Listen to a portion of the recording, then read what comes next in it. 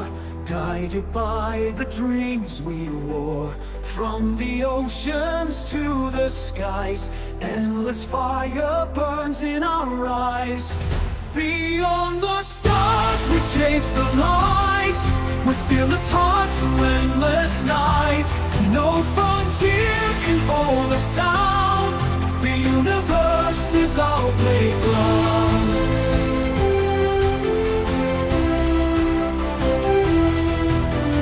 Mountains high and oceans deep, secrets in the void we keep. Every step a tale to weave, for those who dare, who still believe. Beyond the stars we chase the light, with fearless hearts through endless nights. No frontier can hold us down, the universe is our playground.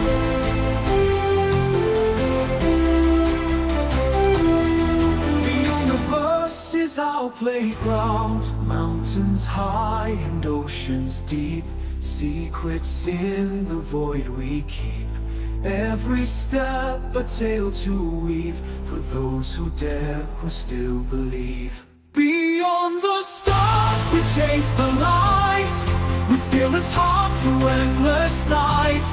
No frontier can hold us down, the universe is our playground.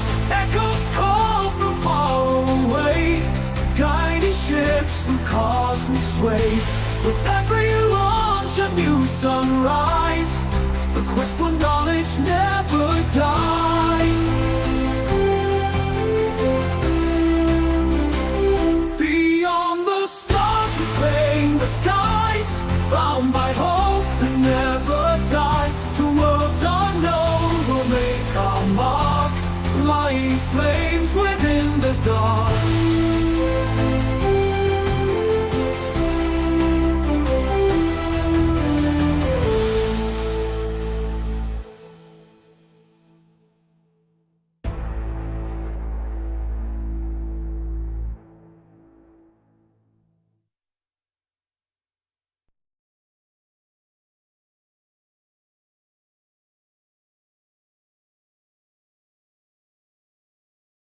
Three, two, one.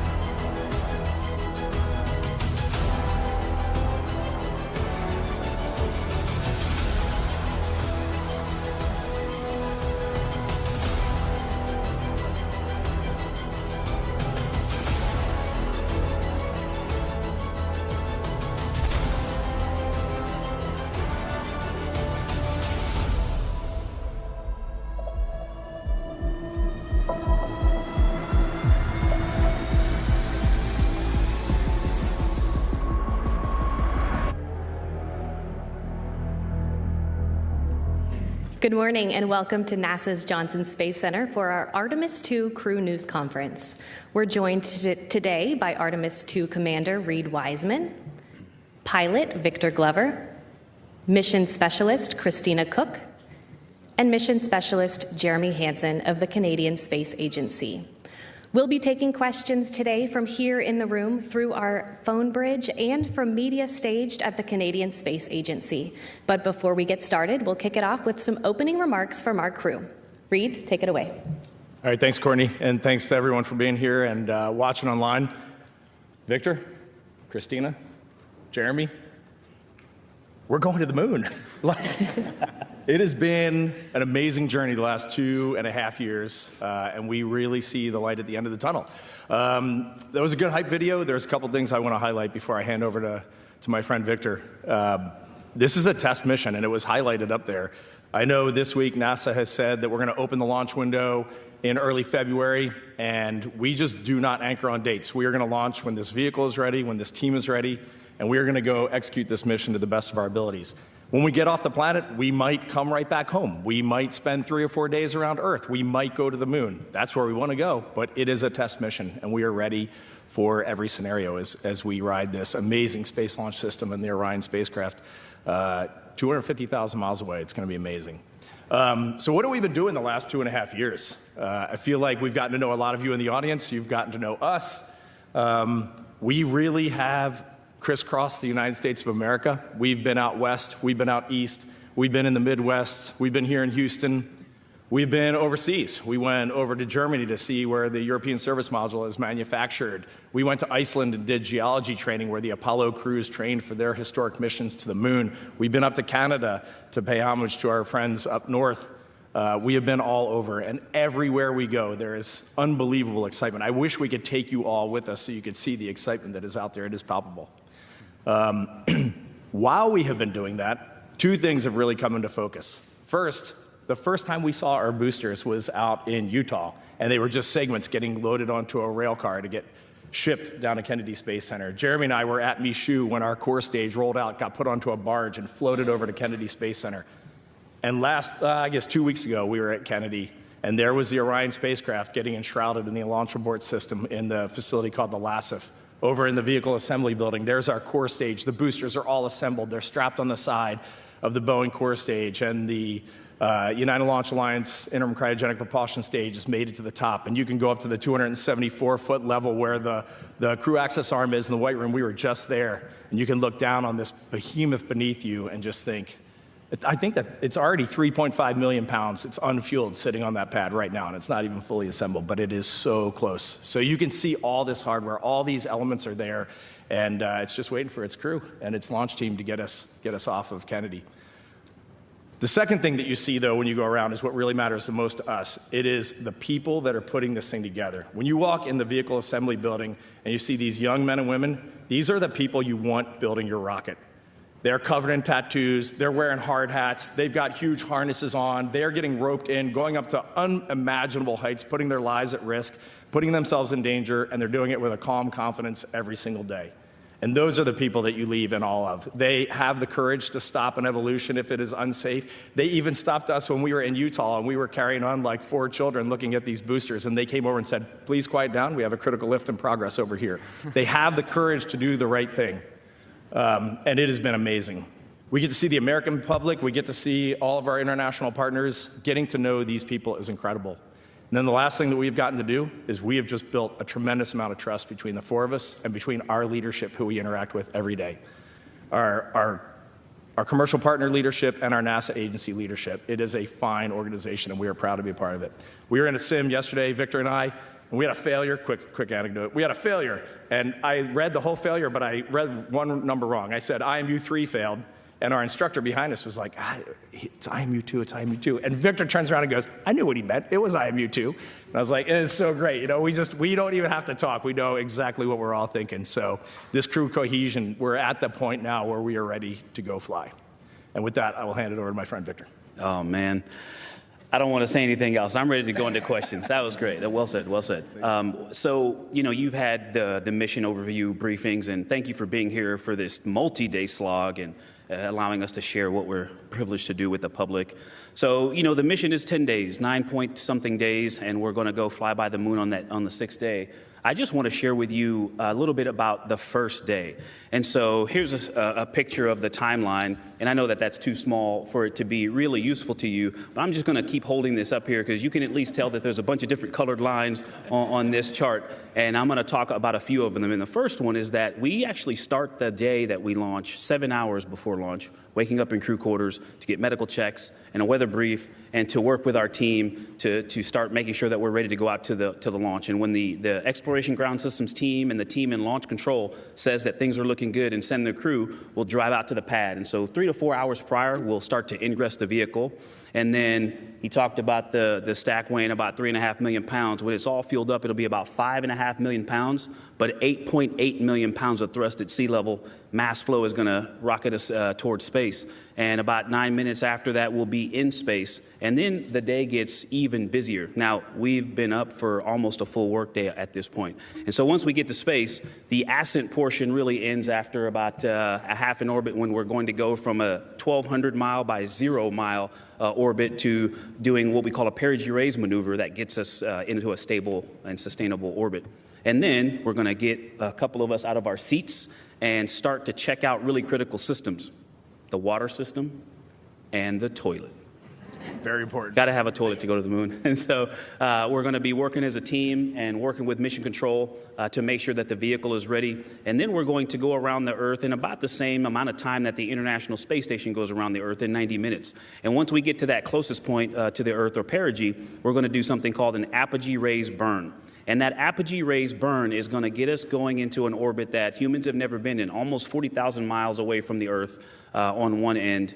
And then we'll do a perigee raise burn to get us back above 100 miles or so on the close side. But right after that apogee raise burn on the interim cryogenic propulsion stage, we're going to disconnect from that upper stage and then turn around and fly and approach to it. And we're going to fly it by hand.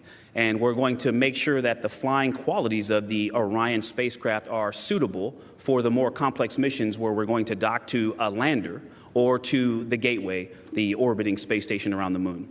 And then once we're done with that, we're going to continue to reconfigure the cabin to make sure that it's ready for us to live and to work for the next 9 days. We're going to break down the seats. We're going to make sure the environmental control system is ready. And then we're going to monitor a few burns. And that first day, we're going to take a nap and then wake up and observe a burn in the middle of the night. We're going to go back to sleep, take another nap, wake up, and then we're going to have the lead up working very tightly with our friends here in Houston and Mission Control, leading up to trans-lunar injection. And when that team is ready and gives us the go, we're going to burn the engines and head toward the moon. And that actually happens, if you were looking at my chart, that happens on this second row right here. And that's the point where we're going to wrap that day up and actually have a normal sleep period. And so I just wanted to share with you a little bit of how busy and how many really critical things are going to happen on that first day. Some really amazing things are going to happen every day after that. And to talk a little bit more about the scientific activities that we're going to conduct, I'm going to pass it over to Christina. Thank you. Yep. Thank you, Victor. I'm both super pumped and very tired, having heard all of that. But it's great to be with you this morning. And the thing I love about the moon is that it's not just a beacon for exploration and this platform of possibilities for incredible missions like this, but it has benefits. That's actually why we're racing towards it. Those benefits are really, really wide in nature. You have everything from innovation, technology development, not only for future missions going deeper into the solar system and every technology that it enables those, but technologies that come back to Earth. You have industry benefits. We are going with commercial partners, and we are stronger with a strong aerospace industry doing manufacturing here in the country and building up that expertise that actually has a wide range of applications throughout our industrial world. You have inspiration, a whole generation of people starting this pipeline of STEM workers and manufacturers and operators that are excited to see what you can do when you work hard and you come together as a team. And then, of course, the discovery or the science. And I'm going to talk more about that because that's actually where we get to be a huge part of this mission. The science on Artemis and our mission in particular is kind of 3 different types. The first one is CubeSats. Our spacecraft, or the rocket itself, is actually going to be deploying some CubeSats from countries from 4 different continents. They're going to be studying things like space science, radiation, future communication systems, and some of that technology development that's so important. And the next kind of science is actually human research, science that we are participating in ourselves. There's 4 major experiments on our mission, and we're excited to be a part of all of them. One we call Archer. That one is basically something where we're learning how humans, how we really get through these tough deep space exploration missions. We learn about cognition, we learn about sleep hygiene, we learn how we can maximally perform when we go on these, these environments that are so austere. Another one is called Avatar, and we are actually going to be flying with cells put into tissue chips from our own bodies to see the effects of space, the space environment on those cells. Tissue chips is an incredible technology. I had the privilege of working with them on my first ISS mission, and it was really a privilege because it represents a way to see the physicality and not just the cellular reactions of our bodies to these environments. We're doing a bioimmunity markers type of study. A fascinating thing about the space environment is that it actually changes the immune systems of our bodies, and that's really important to us and our friends. Many of us had experienced those things when we went to the ISS, and we're going to really have to have a handle on that for long-duration missions.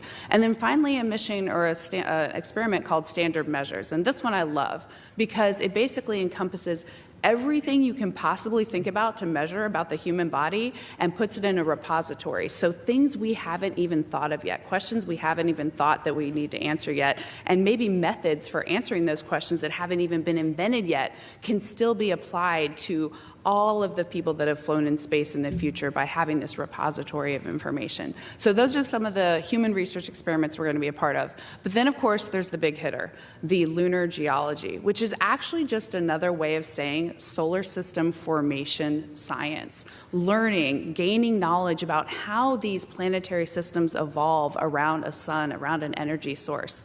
We can take that information and we can apply it to other solar systems all around the universe. We have had such a fun time training for this part of the mission. Our closest approach to the moon is actually going to be scheduled. We get to take 3 full hours and devote it to nothing other than observing the lunar surface.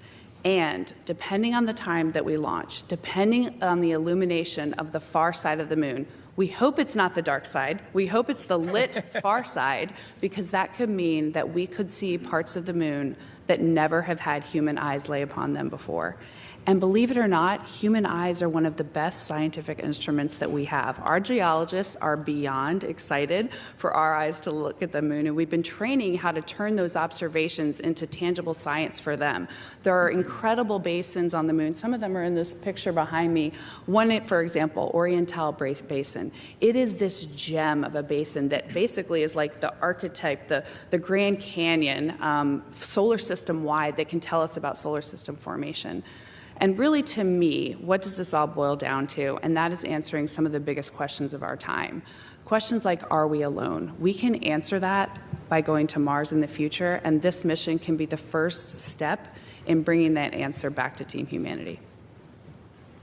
And I'll turn it over to Jeremy now. I knew I was next. I just want to talk about mission success for us, just to start there. Everything you've heard described this morning, we look through the lens of mission success, which is Artemis 3 getting back to the surface of the moon. And so we do all of this training, all this preparation, we're buying down all this risk, always thinking about what are we handing off to the next crew? Is what we're developing going to help them achieve that objective? That's just a really neat way to look at this.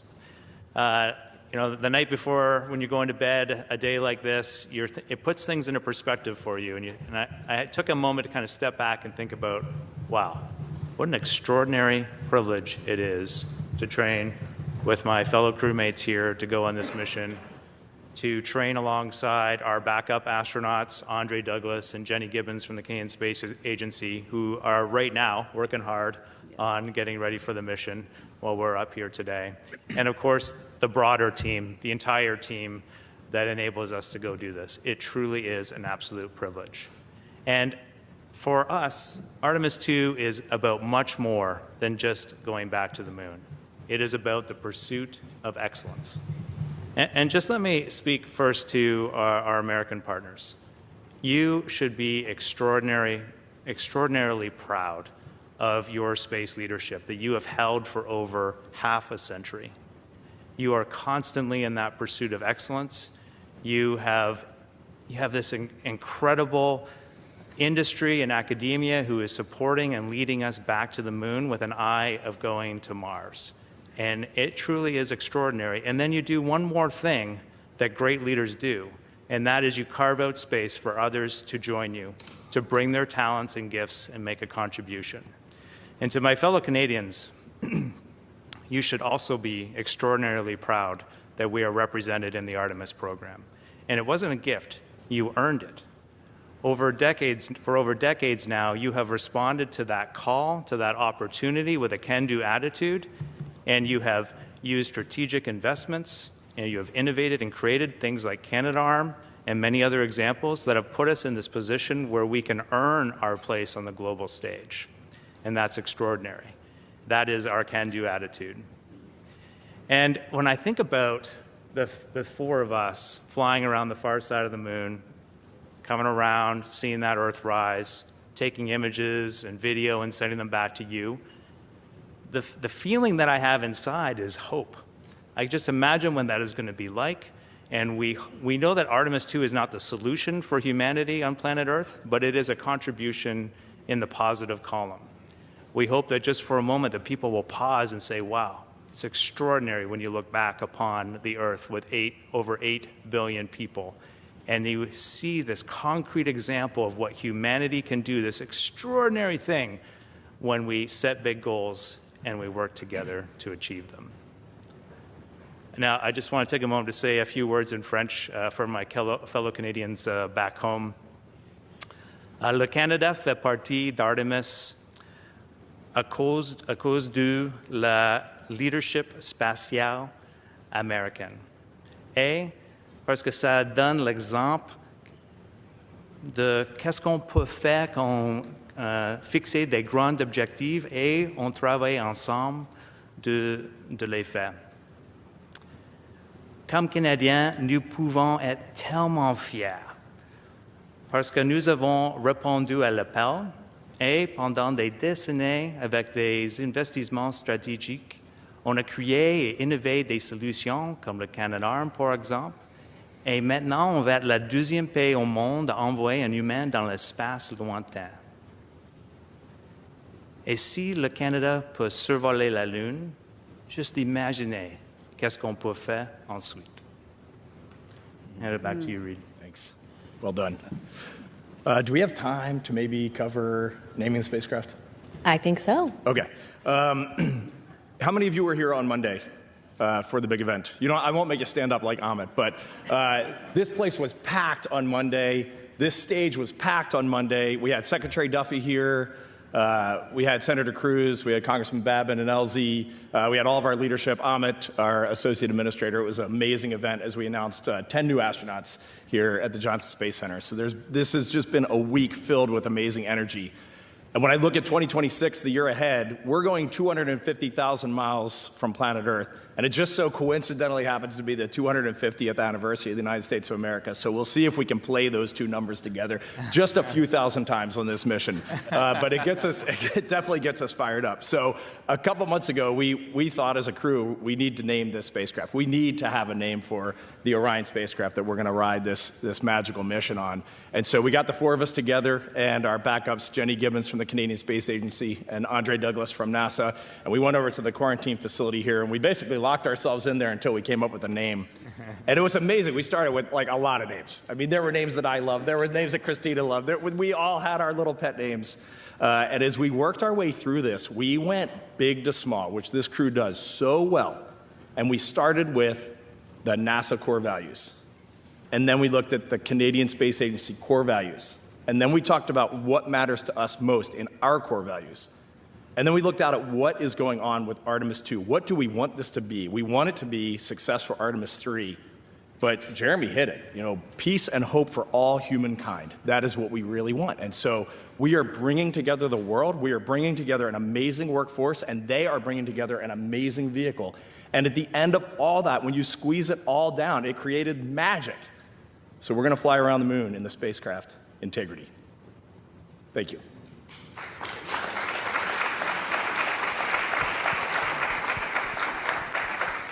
All right, with that, we will begin taking questions. If you have a question here in the room, please raise your hand and we will get a microphone over to you. If you're on our phone bridge, please press *1. We'll start here in the room. Hey, thanks. It's Bill Harwood, CBS News. Good to see you guys again. A truly non-technical question. You know, we got to look inside the simulator in Building 9 yesterday, and some of us were thinking, okay, this isn't Jiminy 7, where 2 guys spent 14 days in a vehicle the size of a Volkswagen, but it's 4 people inside a vehicle the size of maybe a minivan for 9 days. Can you just talk about the human element of living in close proximity with all that's riding on the mission, but just the physical closeness inside that cabin and how you guys are going to manage that? Thanks. Bill, it's going to feel a lot bigger in microgravity and 3D.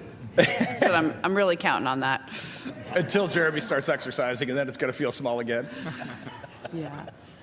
You know, I think that we've been, as you guys know, we've been training together for over 2.5 years now, and with that comes a closeness that I think is built in for a reason.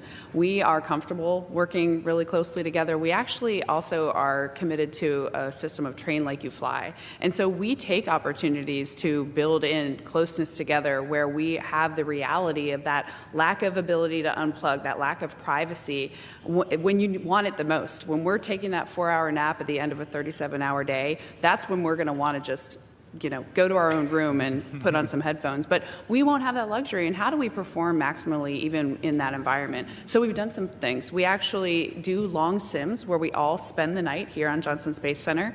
We had the opportunity to go out on a Navy ship for a recovery forces demonstration. It's called URT, Underway Recovery Test. And we opted to stay in the same stateroom, the 4 of us, and share a close space. And so we practice those things. And to be honest, we've really become a family over the last 2.5 years, and I think that's going to help a lot too. And we're also committed to mission success, that we are just ready to take those little inconveniences, but also the communication that it takes to know when someone does need a little alone time, and what are our signals for that, and how do we have both team care and self-care simultaneously to have that maximum performance. So we practice all of that. I think we're really in a position where we're ready to put it to work. All right, we'll take another question here in the room. Me? It's Paul Hunter from the Canadian Broadcasting Corporation. Hey, Jeremy, as the weeks dwindle down, I wonder what the #1 thing on your to-do list is at this point. And to the 3 non-Canadians on stage, what's your take on the guy down the end with the maple leaf on his shoulder? What does he bring to the table? And when you answer, be aware that he's listening. Well, you only get one question, Paul. Okay, so That is what he brings. he's the funny one. I think the biggest thing for us is continuing to hone the muscle between us and mission control, and how you bring all the minds together to solve the things that could potentially come up that we haven't thought of. We have thought up about a lot of the contingencies that can arise. We have great plans, but the most important thing we're working on refining and honing is how do we handle the unknown? We have this great group of simulation trainers who come up with these sort of evil tests for us, and we'll be sitting in the sim, all our mission controllers are in mission control, and then stuff will just start breaking. You're like, oh, come on, really, that? And then we'll just have to see what we can create to come home, kind of Apollo 13 style. And that is a really important muscle to continue to build, and it really feels like it's coming along. Can you take on Jeremy? We already answered. He's funny. It's good. Jeremy is the... Well, it's tough to sit here and talk about your crewmates when you haven't really talked about it before, but he's the creative one on the crew. There's nothing that he doesn't just think about. Like, well, what if you did this? What if you did that? What if you did this? Why does it work this way? How could it work a different way? And those questions, when you're flying a spacecraft for the very first time, those questions lead to a lot of discovery. And so it's really been a joy to watch a kid in his tree. He always tells the story of being a kid in his tree fort, his tree house when he was growing up. And now we're getting to watch him as a professional in his tree house, getting ready to go to the moon. And I see that little kid every day, and we love that. Let's take another question here in the room. Eric, go ahead. Eric Berger, Ars Technica. Again, it's great to see you all. I'm curious how, if this is successful, you would hope that history looks back on this mission. Obviously, from a spaceflight perspective, you're incorporating elements of Apollo 7, 8, and other missions leading up to Apollo 11 into a single mission. It's the first international mission. But how would you like history to sort of view this mission at this moment in time and what you're trying to achieve? Thanks, Eric. That's a great question, big question. And I think we all have different pieces of this integrated, hope and wish. And for me, I think I want to distill it down to a very specific part of the mission too. I think for the 45 minutes that we're closest to the lunar surface are also going to be out of contact. We are going to have an LOS in NASA terms, a loss of signal.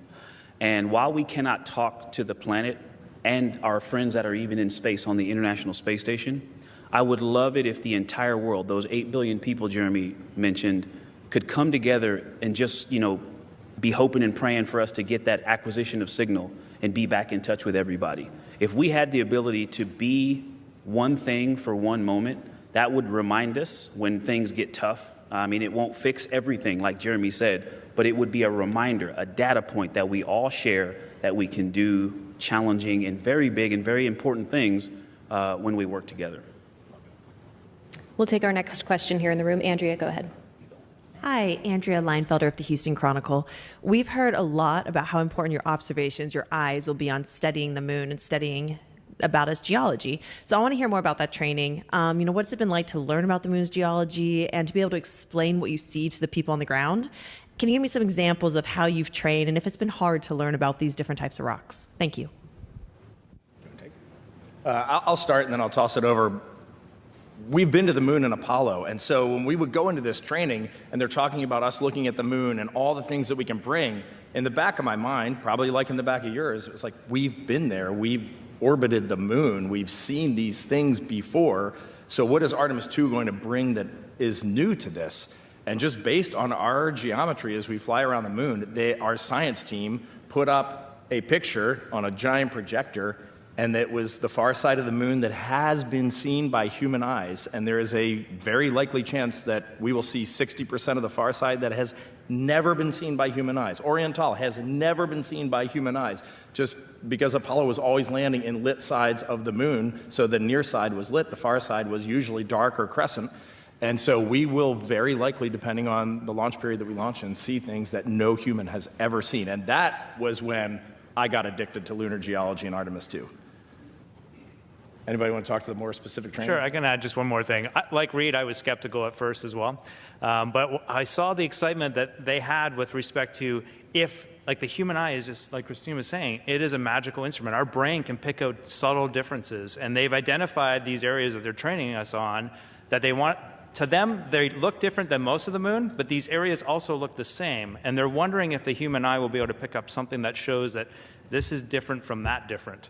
And that could actually point us to, now we want to go get more data there. This is where we want to send a rover next, because that we might see a subtle hue or a subtle glint. With our brain as we go around, we're going to look at these sites over and over again from different sun angles, and that could give us some little hints. We might find nothing, but it's definitely worth looking. And now I'm totally bought in. We're going to be like, I hope we don't make something up, because we're going to be, sometimes you see what you want to see, so I am worried about that. Priming bias is a real thing. Priming bias is a real thing. All right, we'll take one more question here in the room and then head to our phone bridge. Go ahead. Micah Maidenberg, Wall Street Journal. Good morning. Reed, you mentioned sort of seeing the light at the end of the tunnel here in your opening remarks. It suggests an eagerness to go to launch. Could you elaborate on that? I mean, has it been frustrating the last couple of years at times to have these delays and sort of work through some of the issues, especially the heat shield? Thanks. I will give you a very honest answer. There is no frustration in what we would perceive from the outside looking in as delays. We have really been watching this vehicle come together. We've been watching the team come together. And I think the reason, give me a little grace here, but the reason I feel eagerness right now is because it is the right time. Like we were just looking at our spacecraft inside the launch abort system. They had one of the final ogives not installed yet. And you could see this integrity inside the launch abort system from about 30 or 40 feet away, and it was so high up, but you could see our spacecraft in there. And I was like, man, there's one ogive left to put on this thing. And then we got to cure some bonding, and then we roll to the VAB. Like, this all feels right. So there is that excitement. As a human being that is getting on this vehicle, right now I feel very much like my first flight when I got on a Soyuz, which was, I will not believe this until we are off the pad. Because as a human, you just cannot let yourself advance to that next step until it really gets there. Life is a fragile but interesting ride. And so every day at a time, when this vehicle is ready, we will get on it and we will go. Okay, we'll head over to our phone bridge. We'll start with Marcia Dunn with the Associated Press. From Kennedy Space Center. For Reed and the rest of the crew, test flight means extra risk, even more when you're flying to the moon. How much more dangerous do you personally feel going into this mission compared with your previous space flights or other high-risk endeavors? And how are you and your families dealing with it? Thanks. It's a great question. I'll start. I'll try to be brief. When you see numbers like Mach 39 at entry, when you see numbers like 38,000 miles, 250,000 miles, those are 5-6 million pounds on the pad. Those are just insane numbers. Like, those are just not numbers that humans generally think about. We were flying in a sim yesterday and watching the miles click down. What did we say we were doing, like 5 or 7 miles 7 miles a second. Coming back to Earth. So these numbers just, you don't even comprehend. So there's risk in that. We don't know what we don't know right now. So we'll go learn all that. But at the end of the day, what feels so fundamentally different for me on this mission is that we have actually been there every single step of the way of the spacecraft being built. No astronaut gets that privilege. And we have had that privilege. That's what I said in the beginning. So for me, I actually feel completely 100% bought in. When I get in Orion, it's like climbing into my bed and I'll feel warm and tucked in. A metal and plastic bed. But, yeah. Great question, Marcia, and hello out there in Florida. It's interesting. Crew 1, my previous mission, was the second crewed space flight of the Dragon, and we had issues with a FOD in a rocket nozzle. We had parachute riser issues that had to be redesigned, and we had a heat shield issue on Demo 2 that caused a redesign to the heat shield. So we flew that heat shield the first time on our mission. So there are a lot of similarities. But as you mentioned, there are a host of differences. This is a whole different scale. And so the same preparation, though, is what goes into it for me. I think people ask me all the time how I feel. Am I excited? And, I'm glad Reed is excited, but I'm not. I'm focused. And I know that's not a feeling, but all of the feelings that I do have drive from my family and focus. And so my family, we're preparing the same way. We talk about everything. We talk about how we're feeling. And I put as much time, NASA, actually the amazing team that we have here, which is the basis of that trust, all the things that Reed said, that is because of the people, the technicians, engineers, and managers that we see working for this integrated effort. And I talk to my family and work with them to prepare as much as I train for the technical and operational things that we do at work. And so for me, it's about my family and my focus. And we're kind of doing the same thing we did last time because I think it worked, but you should ask them. I'll just add, because I am in complete agreement with my crewmates, another reason that this mission is different isn't just that it's a test mission. It's actually just the mission design itself. Because our TLI burn, the burn that gets us going to the moon, is also our deorbit burn. And what that means is, as soon as we take that burn, we have bought off on basically the rest of the mission, save a couple options to do a U-turn burn that are in there as well. But that's a very different concept. When we flew on ISS and used Capcom for ISS, we always know there's an out 90 minutes away or a couple minutes away all the way down to landing. But this is very different, and wrapping our heads around that is very interesting. Before we go into some of our entry sims, the sims, for re-entry, we talk about how, hey, there's no canceling the countdown on this. We are re-entering. But the truth is, we are re-entering before and at the moment we do TLI, and recognizing that our team has to be ready for that full mission as soon as we buy in. That is a really interesting risk posture, and that's why I'm so glad we have spent so much time with our team, super integrated, learning the vehicle, hopefully better than anyone will ever have to in the future as we get those reps. But it's been quite a journey getting to have the technical know-how on this vehicle as much as we have, and as an engineer, I've really loved that process. Okay, we'll take one more from our phone bridge and then head over to the Canadian Space Agency. So the next question is from Thomas Moore with Sky News.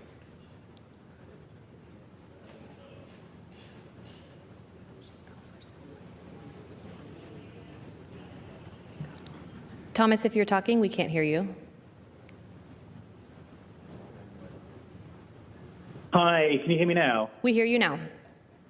My apologies. Secretary Duffy has said that the United States will beat China back to the surface of the moon. How do you feel about your role in Space Race 2.0? Do you sense that weight of expectation?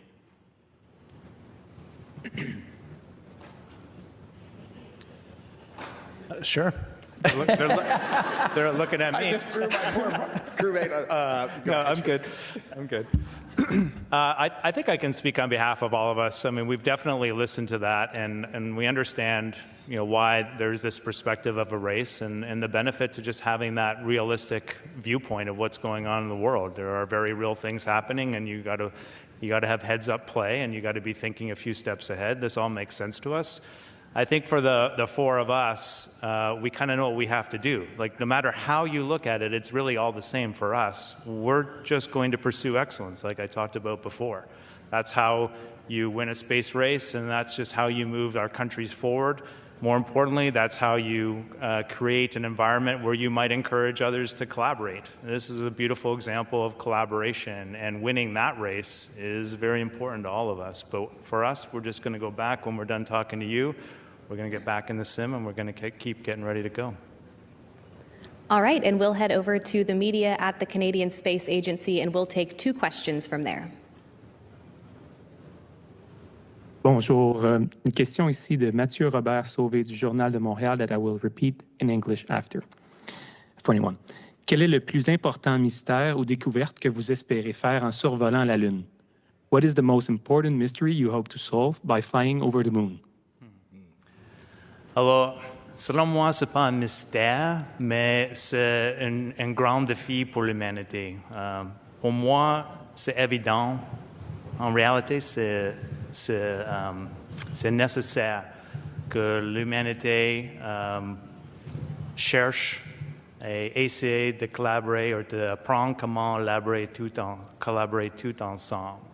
Et comme on a dit avant, quand on voit la Terre de la perspective de la Lune, on espère que l'humanité va arrêter pour juste un moment et réaliser qu'on peut faire mieux ici sur la Terre en collaborer ensemble. What mystery would we solve? For me, it's not that it's a mystery, it's that it's a challenge. And I think for humanity, it's just critically important right now that we know what we're trying to achieve. And collaboration needs to be the ultimate goal if 8 billion of us are going to have a bright future on this planet. And so as we come around the far side, just having humanity stop for a moment and say, wow, look at what we can do when we work together. Let's just set goals to do a better job of that on this planet today. Okay, and we'll take one more from the Canadian Space Agency. All right, our next question is from Elizabeth Owl from space.com for Reed or Jeremy. You've spoken many times about how Artemis 2 is a developmental mission.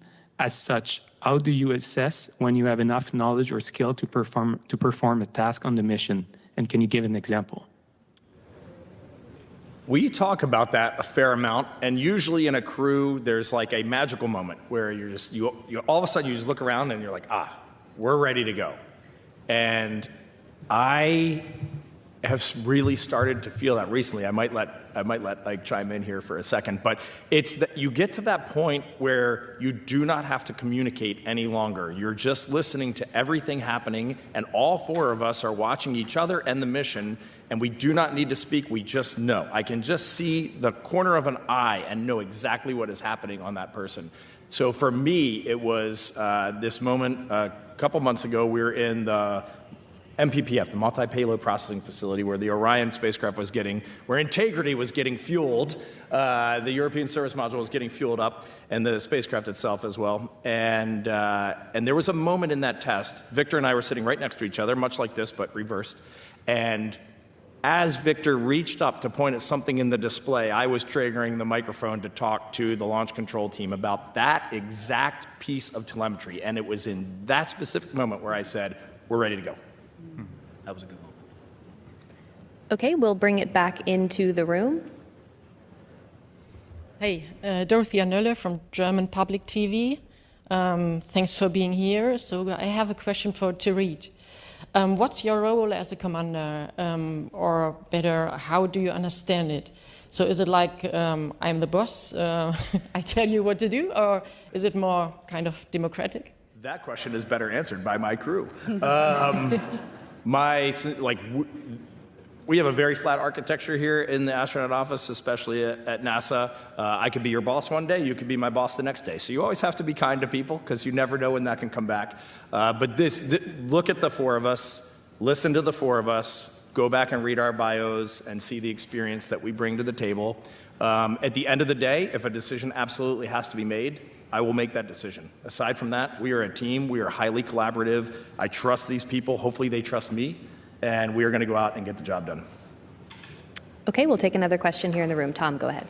Hi, everybody. Tom Costello with NBC News. Nice to see you all yet again. You are sitting there on the same stage that the Apollo astronauts stood and sat as they prepared for their mission to the moon.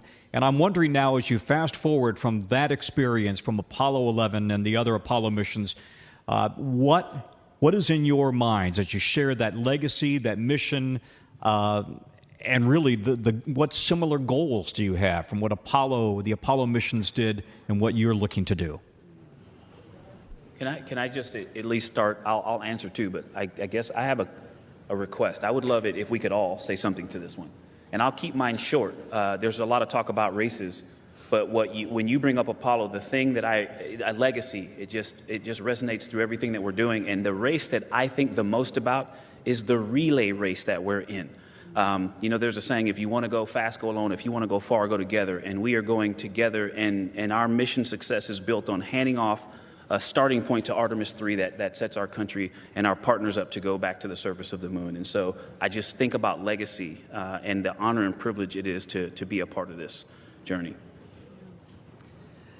Thank you for that question and for Eric's earlier. Legacy is something that we think about a lot as a crew, especially when we are going through this developmental mission training, which is so undefined in so many ways. We are constantly asking ourselves the question you asked earlier of not only when are we ready, but how do we get ready? How much do we deep dive each thing? How much do we let the team handle? What decisions do we make ourselves? What decisions do we pass off? And not having a book for what to know, what to do, what's right. Writing that book as we go is a challenge. And sometimes when that challenge gets too confusing, I sit back and think about legacy. What do we want this legacy to be? And that is a guiding light for how we approach this mission. And I do think about those Apollo astronauts. We've seen them many times in those press conferences. We've read their books, and they were really mission focused. They went through the training that the team put before them. They worked with the teams. They stayed up late. They studied because they cared about giving the most back that they possibly could. And that is what we share with them that I'm so proud and honored to share. And another thought that comes to mind is about how NASA is so revered for that history. And I also want it to be revered for its future, for the future that we are bringing to humanity in doing this mission. I will answer only because Victor asked me to, because I think you two covered that beautifully. But I'll add one more thing that kind of came to mind when I heard that question. Apollo 8, when they flew around the moon just before Christmas in 1968, there was a lot going on in the world, and people realized it was a really tough time. People were struggling in many different ways.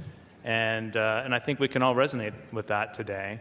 And I remember reading about a postcard that Bill Anders got when he got back. And it just simply said, all that was written on it was, "You saved 1968. Well, now I have to follow your lead. That was an excellent answer as well.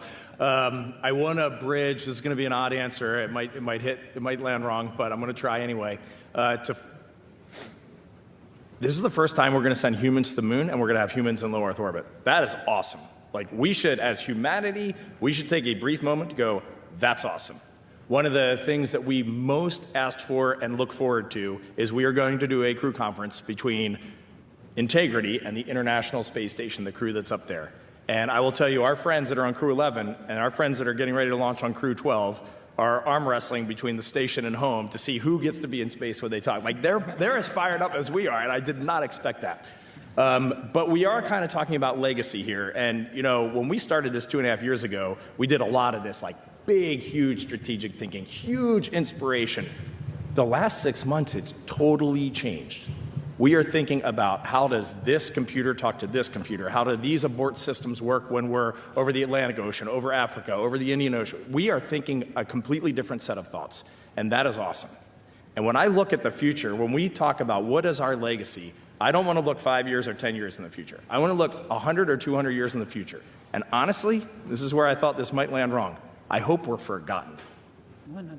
If we are forgotten, then Artemis has been successful. We have humans on Mars. We have humans out on the moons of Saturn. We are expanding in the solar system. We have robotic precursor missions going out. We already have spacecraft outside of our solar system. Maybe we've invented something that we never even dreamed of, and maybe we inspired some kid somewhere, and maybe that's our footnote. We inspired Susie or Johnny to do what they did. That would be magical. Okay, we'll take a question here in the back. Go ahead. Sandy Paneros from WPCAN in Bridgeport, Connecticut. Reed, I have a question for you. And first of all, I want to thank you for all of those great Artemis 2 updates on Instagram. They're wonderful. They make us all feel part of the mission. I appreciate it. No, really, it's great. You've said that an EVA or spacewalk was mentally and physically the most difficult thing you've ever done. And I've got to believe that landing in a Soyuz spacecraft has got to be pretty physically challenging as well. As you look at the challenges of going to the moon, how does this look, this new challenge look to you as comparison to what you've done before? How's this new challenge look compared? Well, first, I'm basically a space walking rookie. I've only done 2 of them, so maybe we should ask some other people on the stage who actually know what it feels like. Maybe it gets easier. Does it get easier as you go? I don't know. Does it get easier? I think so. All right, it gets Victor easier. says no. This is so different. Like when you're going to the space station, you're going up there for 6 months of hardcore science. You are an operator. You are really you just give everything to Mission Control in Houston. They plan everything out for you, and you just get up as a good astronaut every day, and you get the job done. There are stressful moments, and there are fun moments. There's a lot of laughter, and when you laugh in space to the point where you cry, tears of joy, they just stick right in your eyeballs, and I always thought that was hilarious. One of my fondest memories of being in space. But when we look at this, there are just a lot of unknowns, and there's going to be a lot of stress, and there's going to be a lot of unexpected stress, and just how we wake up every day, stay calm, keep our demeanor, focus on excellence, focus on the mission, focus on each other, respect each other's space. Like those are the things that I'm really thinking about. When you're coming home through the atmosphere in a Soyuz, it's an impressive ride. When you land, the first thing I thought when I landed was, I would go do that immediately. Like if you could take me in a crane and put me up and do that again, I want that ride again. And so I hope that's what we feel when we splash down on Artemis 2, and that will be a magical, I keep saying magical, that'll be a great moment. All right, we'll take the next question right here. Go ahead. Thank you very much. It's Ivan Semenik from the Globe and Mail. Thanks to all of you for your time today. I think it's really striking that exploration for this crew actually starts with the vehicle, because you're the first set of people to have this intimate of a relationship with this particular vehicle, including naming it. So I want to start with Jeremy as the tallest explorer in a very small volume. We heard a little bit about this before, but I'd love to know a little bit more about the details of what you have learned exploring this space, and how that might influence, the design of the space or how it's used. Just a little bit more of what that exploration has been like so far. Yeah, Canada did get more than its fair share of the volume on this mission by assigning me to this. And I've heard it acknowledged many times, so I'm getting a little bit conscious about my size. But part of this is exploring how to use that space efficiently, that volume. When we get things changed from probably how you saw it yesterday, I imagine. When we get to space, we start to deconstruct the seats and make a little bit more room in there for ourselves. Of course, we can take advantage of microgravity, and whether the sleeping bags will sort of be just hung up all over or strapped up all over the spacecraft, however we fit them in there. And we've tried it, and it works. I think that a lot of it's interesting when we sim this stuff. We have 2 places we sim it. One in Building 9, where you saw the mock-up, where the seats are kind of laying on their back.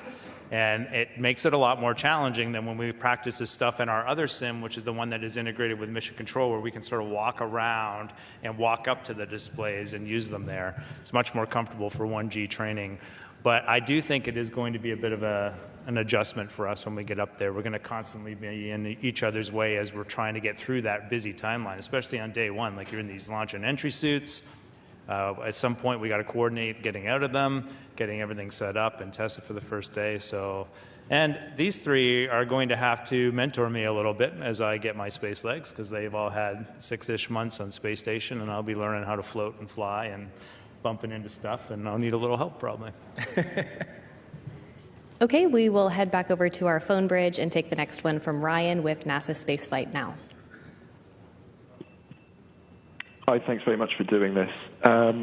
Every so often, looking at the night sky, the moon catches my eye, and, you know, I think we're going to have humans around there in a few months' time. I'm just wondering what it's like for you guys when you catch the moon out of the corner of your eye, knowing that you'll actually be visiting that destination.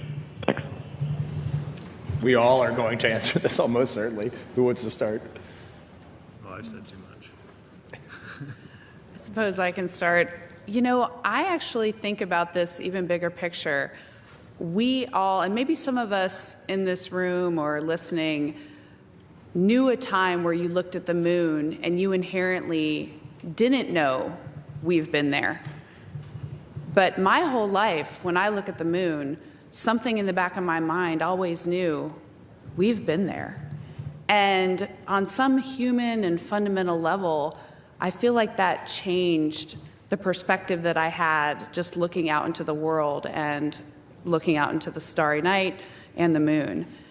And I wonder if there will be a difference after we go back with young folks, especially, thinking not only we've been there, but we're going there. That's our future. That's an active part of who we are as people. That's Okay. a wrap. That was awesome. Next, we will head back over to the Canadian Space Agency for another question. Bonjour. Mon nom est Raymond Fournier. Je suis de l'agence Science Presse. Alors, sois sûr, c'est une question pour Jeremy Hansen, sois sûr que tous les écoliers du Québec suivent tes préparatifs pour ta mission spatiale et ils aimeraient beaucoup prendre ta place plus tard. Alors, ma question est la suivante. Êtes-vous prêt à observer en direct la Lune? As-tu choisi ton hublot dans la capsule Orion pour observer la face cachée de la Lune? So I'll repeat in English. So are you ready to look at the moon? Have you chosen the window you will look at the moon from? Pour moi, c'est inspirant d'imaginer des jeunes Canadiens qui vont suivre la mission et rêver d'un jour voyager dans l'espace quand j'étais jeune. Pour nous autres, on a tous les travaux pendant le temps qu'on survolait la Lune. On va partager les fenêtres. Il y a 5 fenêtres dans la capsule Integrity, mais on va utiliser 1 et 2 fenêtres qui vont être fixées sur la Lune et on va partager, on va prendre des photos, des observations. On va aussi capturer le moment avec des caméras de vidéo pour le partager avec vous autres, le sens qu'on a quand on survole la Lune. Alors, ça va être quelque chose d'extraordinaire, bien sûr. For the crew, as we fly around the moon, there are 5 windows in Orion. Actually, I guess there's 6. But there will be 2 that are pointed directly at the moon that the attitude control system will keep fixed so we can get the best photos. And we'll sort of rotate through there, taking different observations, different times, sharing that workload, taking photos. And then some of us will be kind of taking a step back to try and capture those moments for you with video cameras. And so we can share what it's like while we're flying around the moon and observing this and capture some of those feelings and sentiments. Great. Okay, we'll take another question here in the room. Go ahead. Yeah, good morning, and thanks for being here. It's an honor. John Larson with HarperCollins Canada. My question is for our American colleagues. Could you speak to the importance of including an international partner on this mission, and not just Jeremy on this mission, but in a broader sense, just including international partners overall. And specifically, if I can just sort of sharpen the pencil on that question a bit, what do you think the cultural benefits are, background, that they can bring to a mission? Thank you. Yeah, I'll start with something that I said earlier, that old saying that, if you want to go fast, go alone, but if you want to go far, go together. And I've spent a lot of time in these 2.5 years thinking about what's similar to Apollo and what's different. And, you look at the outer mold line of our spacecraft and the solar rays sticking out of there. It's very different than the service module on Apollo. But it also, that physical and technological difference highlights a strategic partnership difference that was made. He mentioned earlier we went to Germany to see where the solar arrays were integrated onto the service module, the European service module. And that Artemis Accords, an international partnership that that we realize is fundamental to human space exploration, is one of the neatest contrasts to what we did in Apollo. And you mentioned more than just having Jeremy, but I honestly couldn't think of a better ambassador. I'm biased. I mean, I've been working with the guy very closely for a couple years and a half, but you couldn't have a better ambassador. I mean, you've heard how he talks about the importance of partnership and leadership, and he lives it. Like, that wasn't for today. I mean, he has lived that as long as I've known him. And so I think it makes our astronaut corps better, having so many of our international partner astronauts here with us in Houston. It makes our program better. What he and Jenny have contributed to Artemis 2 has been fundamental. The program is better for their contributions to I'll keep it short by not going into those details, but to Artemis 2 overall. And international partnership is fundamental to how we explore space, and I hope we continue to hold that up as a beacon of a way that we should work together. Okay, we'll take one final question here in the room. Hi, thank you so much. T.G. Mascaro with the Epoch Times. It's sounding like when y'all slingshot around the moon, you guys are going to have a chance to beat Apollo 13's record and become the crew to go farthest away from the Earth. What do you guys think about that? And can you talk a little bit more about just how you guys wrap your head around the grandeur of these numbers in terms of the distance that you guys are going to have to traverse? When I get a question like this, I sometimes tell the story about how when I met Fred Hayes at a recent event here at JSC, he said hi, and then he said, "I heard you're going to beat our record." And it made me realize maybe he's paying attention to it more than we are. I think that sometimes when we talk about superlatives, we may inadvertently ignore the real story of what's going on in our mission. And to me, the fact that there might be a couple miles ticked more, and it does depend on when we launch. It's not guaranteed, so it's certainly not something we're chasing. But we may ignore the real story here and the real work behind what we're doing. And so I like to highlight the fact that it's not about farthest, first, fastest, longest. It's about the teamwork and the work that went into that and the dedication that it took to take on those big challenges. And I think that's really the most important thing that I can think of. May I add, there's something else about records. It's interesting. Some of those records are just, going to the moon the first time. But, think about the distance record was set by Apollo 13. And that mission did not get to go to the surface. And so records are just an interesting and challenging thing. And not all of them come from, something positive. Some of them are the outcome of a not great situation. And I also want to address the other part of your question, and that was thinking about all of these grand things, the magnanimity of this mission. And actually, I'm glad you brought that up. I don't think about it. That's a distraction. If we want to live up to the standards that we owe the American and Canadian and humanity in general, we have to be able to focus and know what the next right thing is to do. And so I actually spend a lot of time clearing that out of my head so that I can focus on my job. But we still giggle a little bit when we see it click over Mach 39 on entry. Like, we do giggle a little bit. A little bit. After. I think there's something that's really good for you all to realize, too. Even if we do set that record, it won't last very long. We are up to something much, much bigger than that, and it's pretty phenomenal. And, you know, something that all of you can do is, I mean, you can help us. I mean, we need some cheerleaders for this enterprise that is going to do this stuff. We are not just thinking about Artemis 2. We are trying to figure out, like, how do we make this enterprise go faster? How do we evolve it? How do we iterate? If we're really going to go back and establish a permanent presence on the lunar surface and then go to Mars, this is awesome what we're doing now, but this is not the end. It gets even better from here. All right, that's all the time we have for today. Thank you to our crew for your time and for being here. Thank you to our media who attended here in person and through our phone bridge and at the Canadian Space Agency. We'll see you next time.